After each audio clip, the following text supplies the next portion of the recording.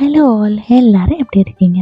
நம்ம வீட்டில் வந்து நம்மளுக்கு ரெஸ்ட்டே இல்லாத இடம்னு பார்த்தீங்கன்னா நம்மளோட கிச்சன் மட்டும்தான். அந்த கிச்சனும் பார்த்தீங்கன்னா நம்ம எவ்வளோ தான் சுத்தம் பண்ணாலும் திருப்பியும் மெஸ்ஸி ஆகிட்டே தான் இருக்கும். நம்மளும் திரும்ப திரும்ப சுத்தம் பண்ணிகிட்டே தான் இருப்போம். ஆனால் சில பேருக்கு வந்து ஸ்ட்ரெஸ் பஸ்டர் நிறைய விஷயங்கள் இருக்கும். எனக்கு பார்த்தீங்கன்னா கிச்சன் தான். ஏதாவது கோவம் வந்துச்சுன்னா கிச்சனில் தான் போய் ஏதாவது க்ளீன் பண்ணிட்டு சுத்தம் பண்ணிகிட்டு இருப்பேன்.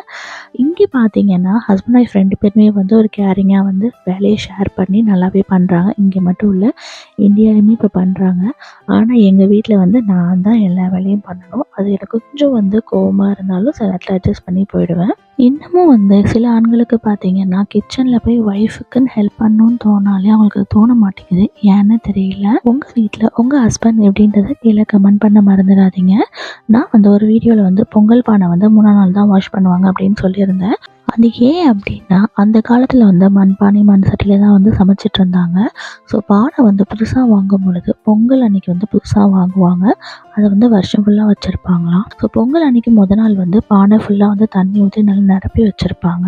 அதே மாதிரி பொங்கல் வச்சதுக்கப்புறமும் பானையில் வந்து தண்ணியை வந்து நிரப்பி அந்த தண்ணியை வந்து அந்த பானை நல்லா அப்சர்வ் பண்ணுற வரைக்கும் விட்டுருவாங்க. அதுக்கப்புறம் எடுத்து வாஷ் பண்ணி அதை வந்து யூஸ் பண்ண ஆரம்பிப்பாங்களாம். அந்த ரீசன் தான் வந்து என்ன சார்ந்தவங்க எனக்கு விளக்குனாங்க. உங்களுக்கு ஏதாவது கருத்துக்கள் இருந்தால் கீழே கமெண்ட் பண்ண மறந்துடாதீங்க. என்னோட வீடியோக்கு லைக் பண்ணுங்கள். பாய்.